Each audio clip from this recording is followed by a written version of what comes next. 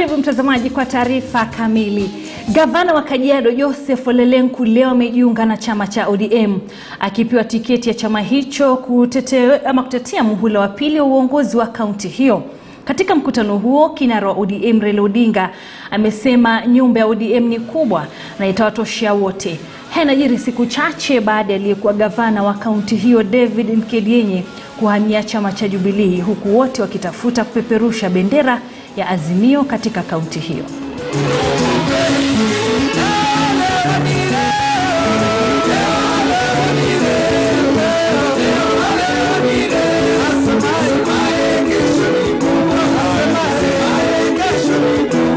And I have no doubt in my mind that Ole Lenku is going to serve his second term. The party will do whatever it takes to ensure that he wins the seat. So all our supporters in Kajiado, those who have been in ODM and those who are joining ODM, take it that your governor is Ole Lenku. Heshimu umma wa Kajiado. They've come under pressure with a lot of arrivals, and this pressure will continue growing. But I respect the peace that they have tried to show to Kenyans. Na nakusihi kama kiongozi unayokuja na kuhimiza viongozi wengine, let us respect the dignity that has been shown by the leaders of the Maa community in Kajiado.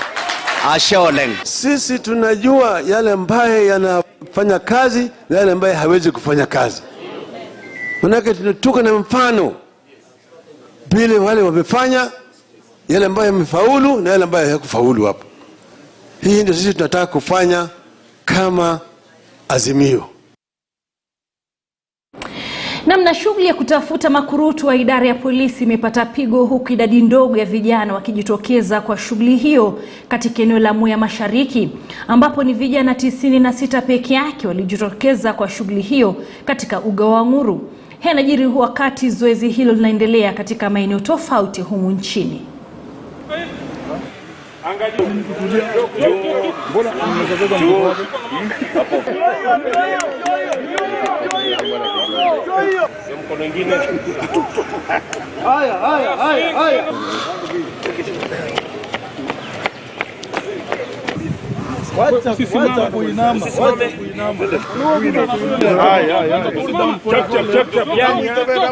Wale walijitokeza, tumeenda several stages, several levels ya kuverify documents, mambo ya physical check, na kufikia sasa tumebaki na watu 20 wale wamefika this stage. Tuko kutoka kwa hii stage tunaenda medical examination. So far that we register anything unusual. Wanaendelea na mbio, wafulana wamemaliza, wasichana ndio wanaendelea na. So far tunaendelea mzuri. Na mtazamaji, kwengineko ni kuwa shirika la maendeleo ya wanawake sasa limejitokeza na kumtetea aliyekuwa mama wa taifa Mama Ngina Kenyatta kufuatia kauli zinazotolewa dhidi yake na baadhi ya viongozi na hata wa Kenya. Aidha, kundi hilo limewakashifu wanaomkejeli mamaye rais, ambaye wiki hii alijitokeza na kumtetea Rais Uhuru Kenyatta kufuatia hatua yake ya kumunga mkono kiongozi wa ODM Raila Odinga kwenye azma yake ya kuwa rais, wakiwataja wanaotoa kejeli hizo kama wasio na maadili katika jamii na wanaonuia kupotosha Wakenya. It is disheartening as we do our 70th celebration to go back and talk about things like this. As women, mothers, grandmothers, we are tired. And I mean we are extremely tired. It cannot be business as usual. When you hurl insults to a mother whom Maendeleo visited in 1960 in Kapenguria, being in jail with her husband for this nation, almost so many years later, she's being abused in this same nation. We have no respect. We have demonstrated we are shameless. We have no discipline. We cannot do business like this. It is a no, no, no from the women of this nation. His Excellency the President, you are the commander-in-chief in this nation. You are our president. You've been gentle. This has come right home. Sir, stop everything else, Your Excellency. Act on this. We cannot take it again as women on Kenya. It is not just about Her Excellency Mama Ngina Kenyatta, who is your own mother. It is a mother who sacrificed for this nation, for all of us. And we tell you, sir, we want you to act. You've been fighting gender-based violence with us.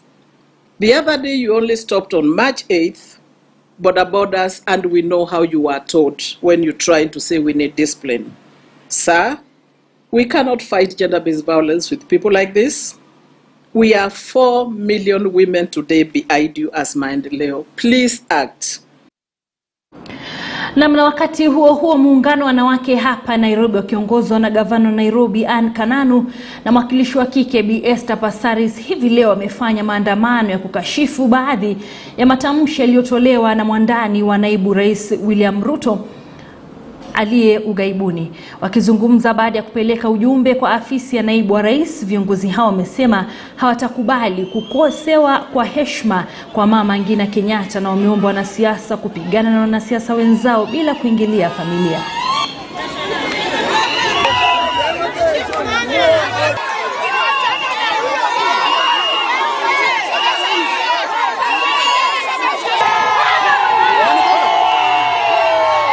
Huyu ni mama alitafuta uhuru wa nchi hii. Tukitaka laana, tukanyange hapo tumekanyanga jana. Na tunaomba Deputy President, wale watu wameongea wako karibu na yeye. Kama hawezi kukubali mama yake atukanwe vile Mama Ngina ametukanwa, atupatie apology leo hii. President and party leader of UDA takes responsibility for the utterances made by his diaspora appointment Cosmos Choi. That the UDA party takes responsibility of the utterances made by their aspirant and diaspora mobilizer Cosmos Choi. That the office of the Deputy President and UDA party leader issues a written apology to the former First Lady Mama Ngina Kenyatta and to all women against the defamatory statements made by their aspirant and diaspora appointment Cosmos Choi. Further, we ask that the IEBC bars the said Cosmos Choi from participating and taking part in any elective seat by failing to adhere to Chapter 6 of the Constitution. Delivered our statement to the office of the Deputy President. It has been received and we have been assured that a copy of the same will definitely reach the Deputy President. So our expectation is very simple: an apology and a reprimand of his supporter who abused our founding mother, and guarantee to us that going forward, let politicians fight with politicians and not with our mothers. Na Rais Uhuru Kenyatta leo hii ameiagiza Wizara ya Afya kuweka mikakati ili kuajiri wafanyakazi 26,000 wa kujitolea kutoka shirika la St. John's Ambulance ili kuiwezesha wizara hiyo kuwahudumia watu wanaopatikana na mikasa. Rais Kenyatta alikuwa akizungumza katika kanisa la All Saints Cathedral kwenye hafla ya kuwatambua wafanyakazi wa kujitolea.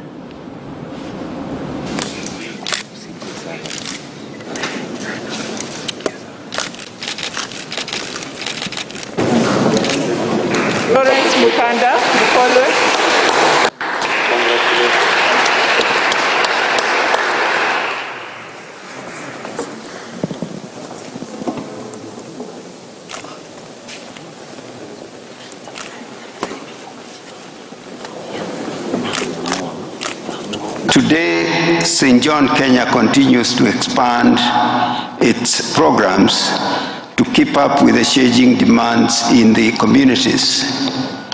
The Priory supports and runs a number of community projects across the country while raising awareness on the need to empower people to look after their health and make first aid part of the everyday life. So we consider the Order of St. John as a partner in the healthcare system of our nation. And the spirit of volunteerism that has permeated from St. John has now taken root in the Ministry of Health through community health volunteers and other workers who we appreciate and recognize. St. John to train at least 200,000 border riders on first aid and structured approach to major medical incidents to boost first responder capacity in our country.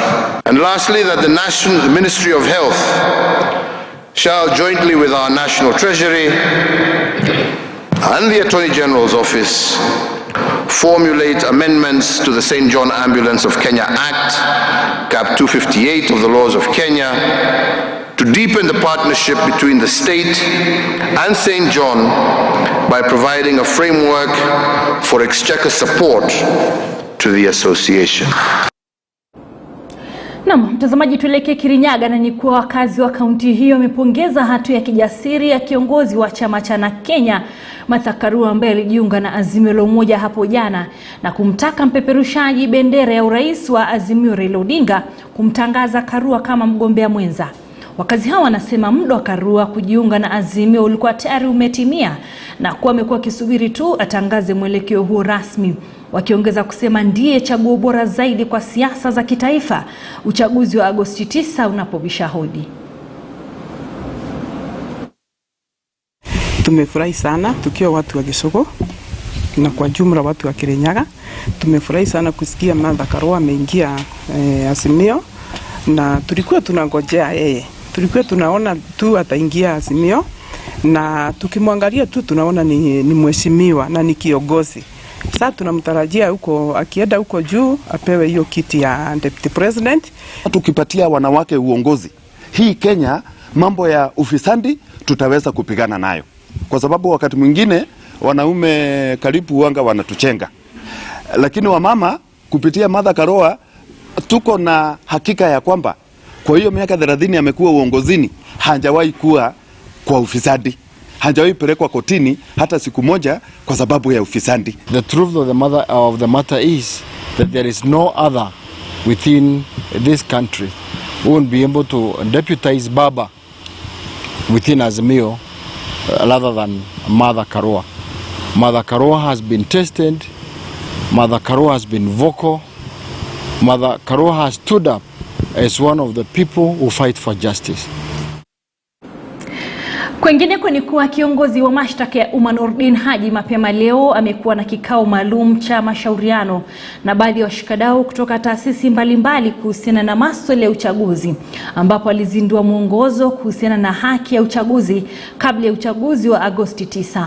Haji amedokeza kuwa taasisi hizo zitatekeleza sera madhubuti zitakazohakikisha uchaguzi huru na wazi.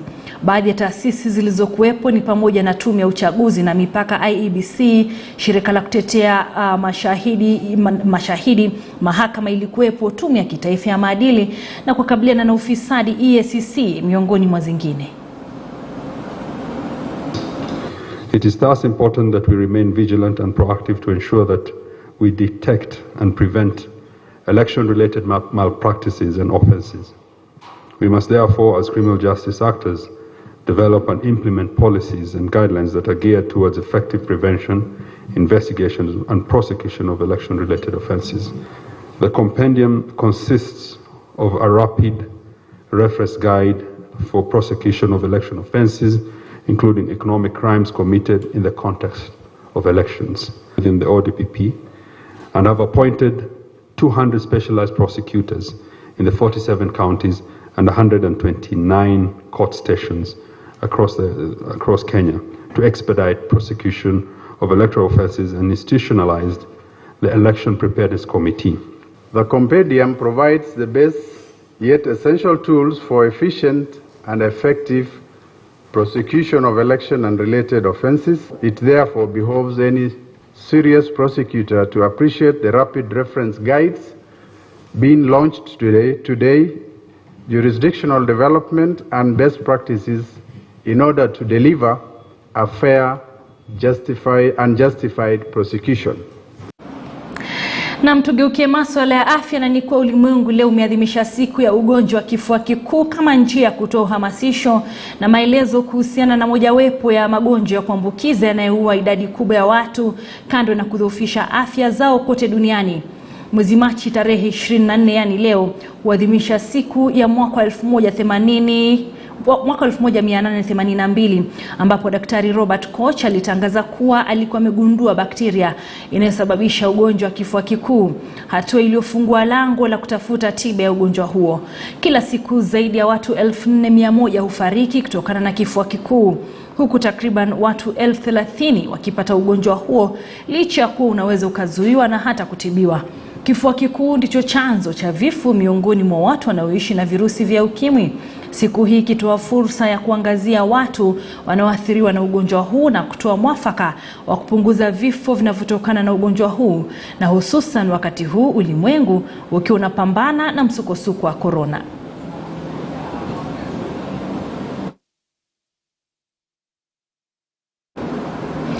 Na bila shaka maelezo kwa kina, mtazamaji, ni kwenye taarifa zetu baadaye mwendo wa saa 1. Watahiniwa wanne wa mtihani wa KCSE kutoka shule ya sekondari ya Buhuye, eneo bunge la Butula, kaunti ya Busia, wamezuiliwa na polisi baada ya kupatikana na simu tamba zilizokuwa na nakala ya mtihani wa somo la kemia lililoandikwa hivi majuzi na biolojia linalotazamiwa kuandikwa Ijumaa hii. Kulingana na kamishna wa kaunti ya Busia, Daktari Ahmed Omar, wanafunzi hao wanne ambao walikuwa hapo awali wametenda makosa ya kulazimika kuandika mtihani huo bila kuishi shuleni, walipatikana na simu hizo ndani ya mikoba yao kabla ya maafisa waliokuwa wakisimamia mtihani huo kugundua na kuwapokonya simu hizo ya mtihani.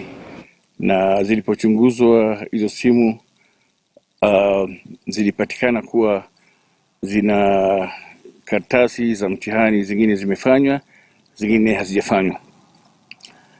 DCI amechukua hizi kesi, anazichunguza, lakini ni jambo la ukweli kusema ya kwamba katika simu mbili ambazo zimeangaliwa, kuna simu moja iko na chemistry practicals confidential ambayo imefanywa tarehe 18 mwezi uliopita, mwezi huu, na pia ilitumwa hiyo practicals paper confidential kwa hiyo simu saa 2 ya usiku ya tarehe 17. Meaning wanafunzi walikuwa na hiyo karatasi kabla siku ya mtihani. Pia ilipatikana karatasi ya instructions ya confidential ya biology practicals paper 3 ambao itafanywa Jumaa inakuja.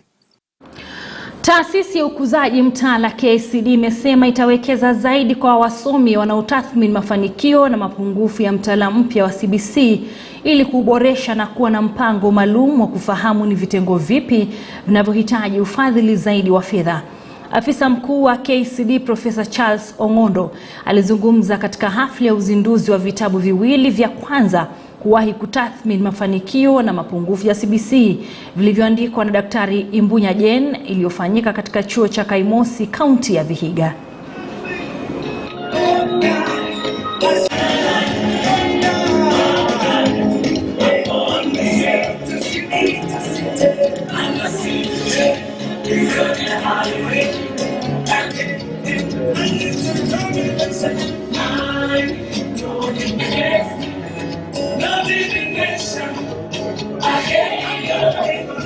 As a curriculum specialist, I'm telling you, there's nothing you can do to this curriculum now.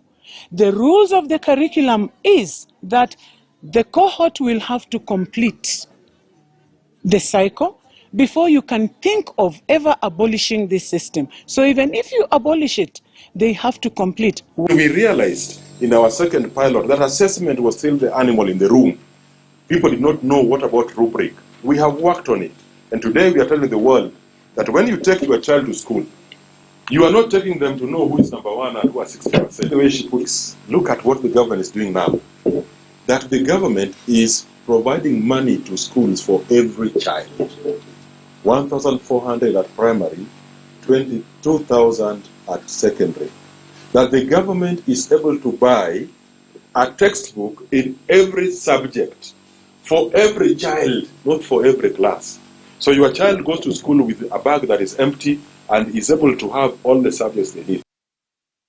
Muungano wa viongozi wa dini umeanza mchakato wa kukutana na wagombea wote wa ugavana katika eneo la Magharibi ili kujadili jinsi ya kutuliza joto la siasa linaloshuhudiwa eneo hilo, kando na kufanya makubaliano na wagombea wote kudumisha amani msimu huu wa siasa. Viongozi hao wa dini pia wanaandaa siku maalum ya maombi kabla ya kuandaa siku nyingine ya maombi ya kitaifa. Walizungumza katika kaunti ya Kakamega walipokutana na mgombea ugavana wa tiketi ya chama cha ODM.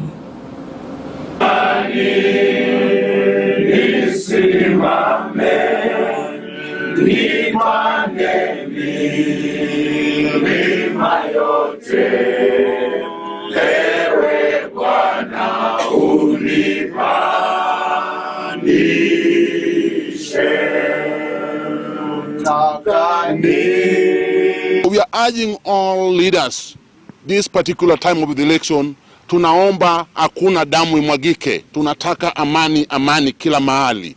Iwe kwa mdogo na mkubwa, na itakaa hivyo. Nasema mara ya pili, tumeenea katika county 47 ambaye tumeeneza injili na kuomba na kuzungumza mambo ya amani kwa kila moja. Lazima tutie mkazo mambo ya amani, na mimi pia nimetilia mkazo sana kufanya kazi na kanisa. Amen.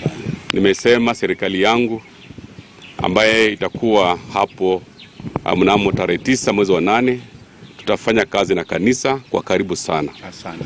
Nitakuwa na ofisi ya chaplain ambapo tutakuwa na every Monday of the month tuwe na prayer meeting, county prayers, kwa sababu ukiweka Mungu mbele chochote kitafanyika. Na Migori imekuwa kaunti ya kwanza kuzindua mpango wa kusitisha kilimo cha tumbaku. Akizungumza wakati wa uzinduzi huo, katibu wa kaunti ya Migori Christopher Rusana amesema mradi huo utawapa wakulima wa tumbaku kilimo mbadala. Ameongeza kuwa mpango huo unawakabidhi wakulima mbegu zilizoidhinishwa na maharagwe ili kuwasaidia kujiondoa kwenye kilimo hicho cha tumbaku ambacho ni hatari kwa afya zao na hata mazingira. So these are one of the but we also upscale the growing tobacco free farm. 1, 2, 3, go!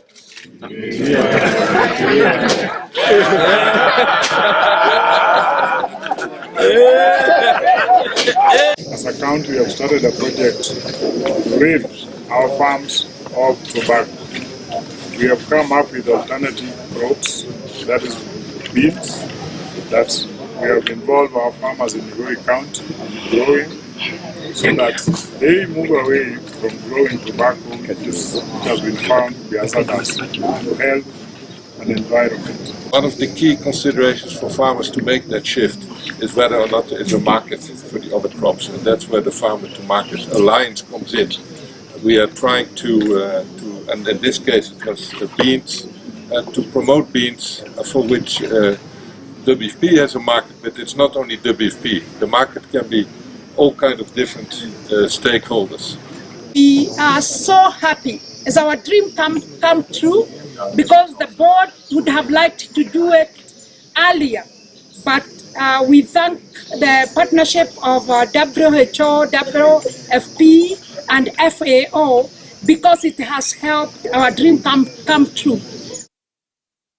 Kwingineko ni kuwa tatizo la ukosefu wa maji katika eneo la Masalani, kaunti ya Garissa huenda likatatuliwa hivi karibuni baada ya serikali kuimarisha huduma za usambazaji maji. Serikali kupitia shirika la Northern Water Works Development Agency inajenga mradi wa kusambaza maji wa ijara utakaogharimu shilingi milioni 61.7 na utakapokamilika utaweza kusambaza maji lita milioni 2 kila siku. Kwa mujibu wa mhandisi wa mradi huo Patrick Masila, mfumo wa usambazaji maji uliopo sasa unaweza kuhudumia 40% peke yake eneo hilo, lakini utakapokamilika utaweza kuhudumia eneo lote la Masalani, vile vile Garbab na hata Harare.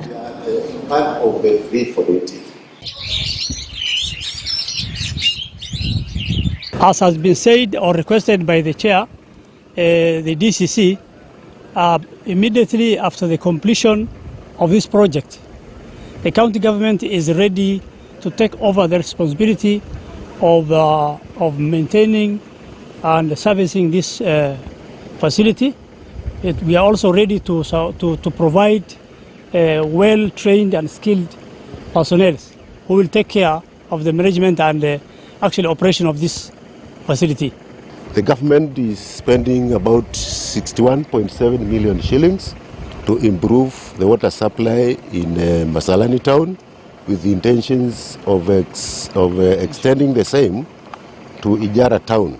We are asking the contractor that the remaining works should not delay the ending of the project. What is remaining is very small. We have seen all materials are on site. Therefore, in the next 2 weeks, and I'll be visiting here more commonly, please put your men on the ground, increase labor, and let's complete everything as it is stipulated according to the program.